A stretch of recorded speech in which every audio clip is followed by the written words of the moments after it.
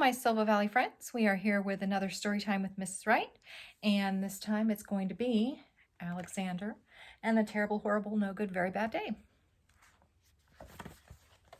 Here we go. I went to sleep with gum in my mouth, and now there's gum in my hair, and when I got out of bed this morning, I tripped on the skateboard by mistake. I dropped my sweater in the sink while the water was running, and I could tell that it was going to be a terrible, horrible, no good, very bad day.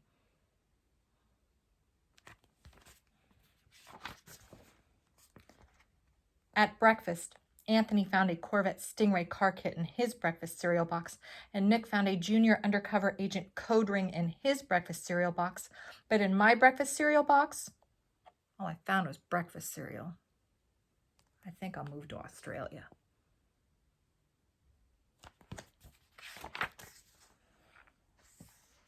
In the carpool, Mrs. Gibson let Becky have a seat by the window. Audrey and Elliot got seats by the window, too. I said I was being scrunched. I said I was being smushed. I said if I don't get a seat by the window, I'm going to be carsick. No one even answered. I could tell it was going to be a terrible, horrible, no good, very bad day.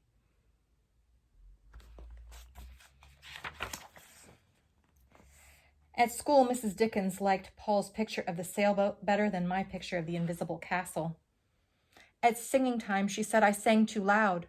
At counting time, she said I left out 16. Who needs 16? I could tell it was going to be a terrible, horrible, no good, very bad day. I could tell because Paul said that I wasn't his best friend anymore. He said that Philip Parker was his best friend, and that Albert Moyo was his next best friend, and that I was only his third best friend. I hope you sit on a tack, I said to Paul. I hope the next time you get a double-decker strawberry ice cream cone, the ice cream part falls off the cone part and lands in Australia.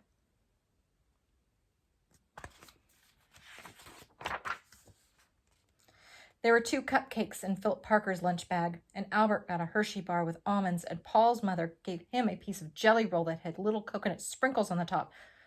Guess whose mother forgot to put in dessert? It was a terrible, horrible, no good, very bad day.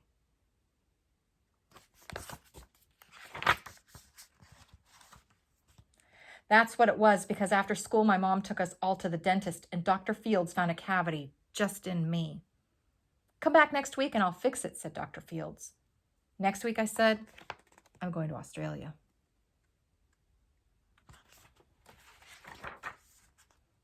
On the way downstairs, the elevator door closed on my foot, and while we were waiting for my mom to go get the car, Anthony made me fall where it was muddy, and then when I started crying because of the mud, Nick said that I was a crybaby,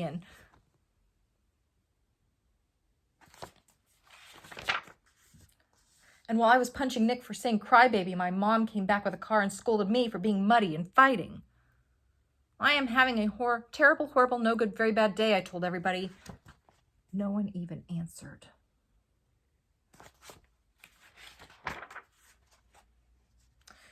So then we went to the shoe store to buy some sneakers. Anthony chose white ones with blue stripes. Nick chose red ones with white stripes. I chose blue ones with red stripes, but then the shoe man said, we're all sold out. They made me buy plain old white ones, but they can't make me wear them.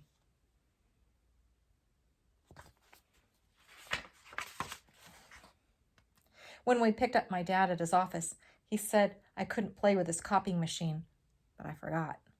He also said to watch out for the books on his desk, and I was careful as could be, except for my elbow. He also said don't fool around with his phone, but I think I called Australia. My dad said, please don't pick him up anymore. It was a terrible, horrible, no good, very bad day.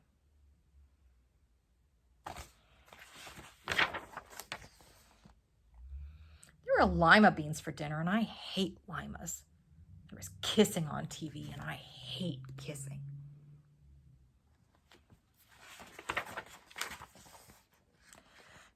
My bath was too hot. I got soap in my eyes. My marble went down the drain, and I had to wear my railroad train pajamas. I hate my railroad train pajamas.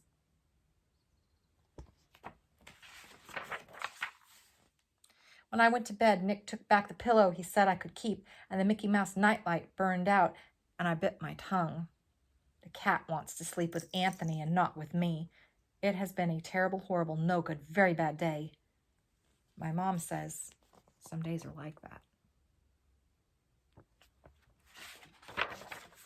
Even in Australia. I hope you like that one, guys. Keep reading Silva Valley, and we'll be back for more story time soon.